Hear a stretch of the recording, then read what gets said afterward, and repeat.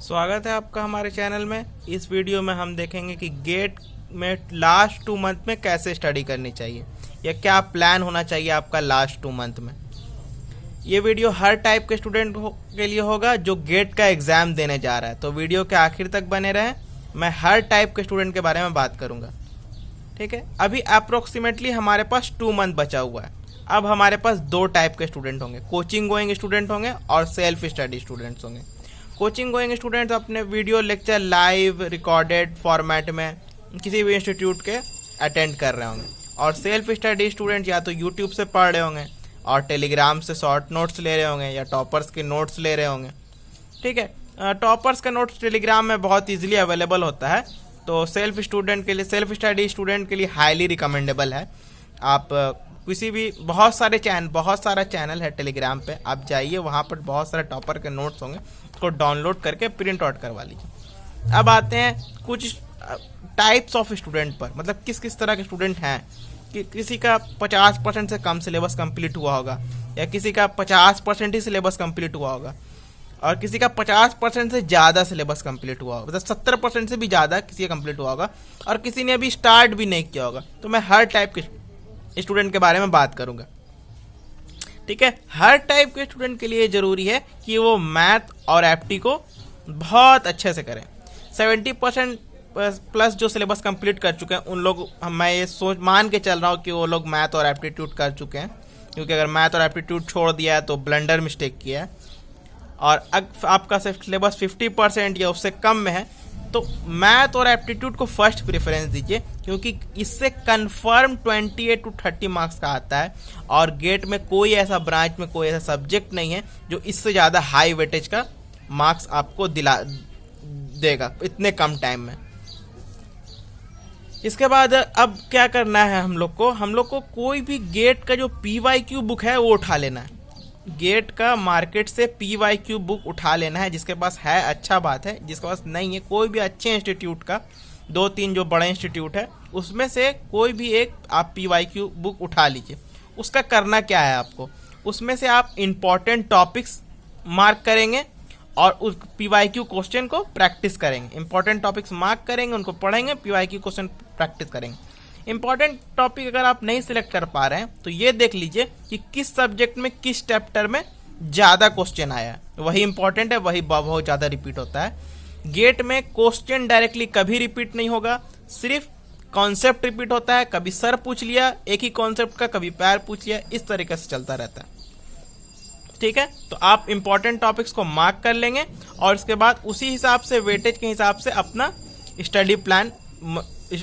Study को plan करेंगे। जो हाई वेटेज सब्जेक्ट को प्रायोरिटी में होगा, आप चाहे नोट से पढ़ रहे हो चाहे वीडियो लेक्चर से पढ़ रहे हो, ठीक है। अगर आपका 70% से ज़्यादा सिलेबस कंप्लीट हुआ है तभी आप अभी लेक्चर्स के लिए जाइए, और अगर आपका 50% या उससे कम कंप्लीट हुआ है तो लेक्चर्स देखना बंद कर दीजिए।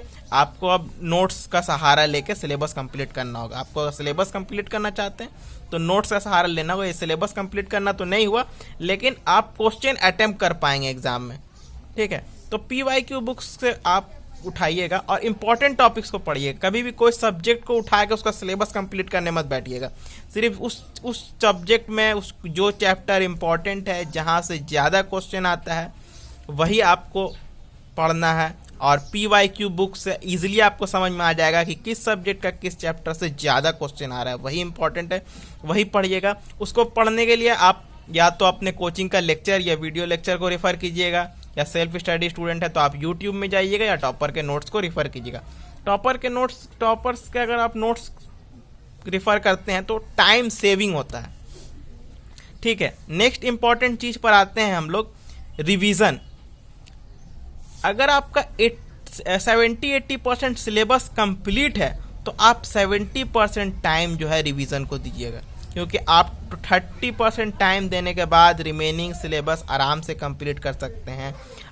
मैं ये मान के चल रहा हूँ 70-80% सब्जेक्ट में आप हायर वेटेज सब्जेक्ट कंप्लीट कर चुके हैं, और लो वेटेज सब्जेक्ट को आप बाद में करेंगे, जिसको आप नोट से या शॉर्ट नोट से या सिर्फ PYQ के जरिए कभी कंप्लीट कर सकते हैं, तो उसमें बहुत ज़्यादा टाइम नहीं लगेगा। तो आप जो है 70% टाइम रिवीजन को दीजिएगा। सबसे इंपॉर्टेंट चीज़ यही है, नहीं तो सिलेबस जो कंप्लीट किए हैं वो वेस्ट हो जाएगा, ठीक है, अगर आपका 50% सिलेबस हुआ है तो आप 50% दिन भर में जितना भी पढ़ते हैं 50% टाइम रिवीजन को दीजिएगा, 50% नया पढ़ने में दीजिएगा। अगर आप स्क्रैच से स्टार्ट कर रहे हैं, अभी आप तक कुछ नहीं पढ़े, तो आप 50% टाइम मैथ और एप्टी, मैथ या एप्टी को दीजिएगा, मैथ या एप्टी या दोनों, जैसा आपको कंफर्टेबल हो। बाकी 50% टाइम में आप टेक्निकल पढ़िएगा। ठीक है, यहां तक क्लियर हुआ। अच्छा, अब हम लोग 7वां पॉइंट पर आते हैं, टेस्ट सीरीज।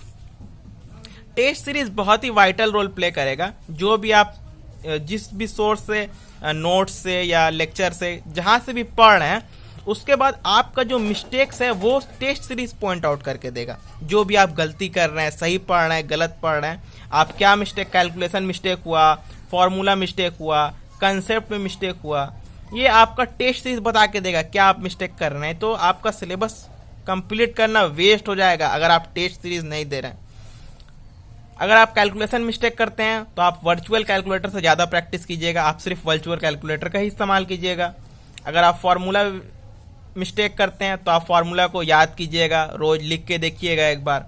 कॉन्सेप्ट में मिस्टेक करते हैं तो आप सिर्फ अपने नोट्स को रिफर कीजिएगा जो आप पढ़ चुके हैं, जहाँ से भी सेल्फ स्टडी हुआ, कोचिंग हुआ, और आप उसके PYQ को दोबारा से बना के देखिएगा। ठीक है, इस तरह से आप 15 जनवरी तक जितना भी आपका सिलेबस कंप्लीट होता है वो आप उतने पर स्टॉप लगा दीजिएगा, फुल स्टॉप। वहां से सिर्फ फुल लेंथ टेस्ट देना है और रिवीजन करना है। 15 जनवरी के बाद नया कुछ भी नहीं पढ़ना है, सिर्फ रिवीजन करना है, सिर्फ रिवीजन करना है। जो भी आप पढ़ें पुराना को रिवीजन कीजिएगा।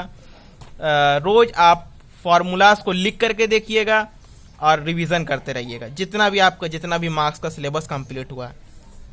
फुल लेंथ टेस्ट, 2 तरीका का फुल लेंथ टेस्ट, आप जो भी टेस्ट सीरीज ज्वाइन किए हैं उसका फुल लेंथ टेस्ट दीजिएगा, और प्रीवियस ईयर पेपर जो है गेट का उसको एज अ टेस्ट दीजिएगा।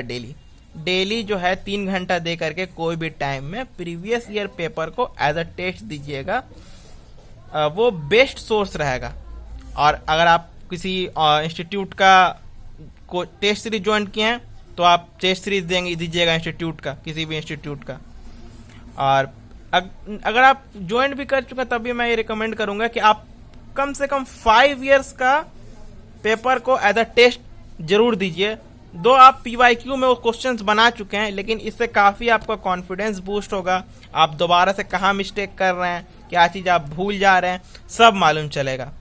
ठीक है, मैंने इस वीडियो में कोशिश की, जो मैंने जितने भी पर्सपेक्टिव से सारा जो ये है ज़रूरी इसेंशियल है एग्ज़ाम के लिए, गेट एग्ज़ाम के लिए, सब कुछ कवर करने का कोशिश किया। अगर आपको वीडियो अच्छा लगा हो तो लाइक करें और शेयर करें अपने दोस्तों के साथ, ताकि उनको भी गेट का 2 मंथ स्टडी प्लान मिल जाए। इस प्लान से मैं ये तो नहीं कहूँगा कि आपको PSU मिल जाएगा, या अगर आपका 70-80% सिलेबस नहीं हुआ तो आप उस तरफ मत सोचिए।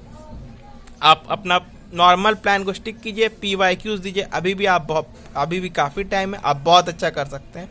Best of luck.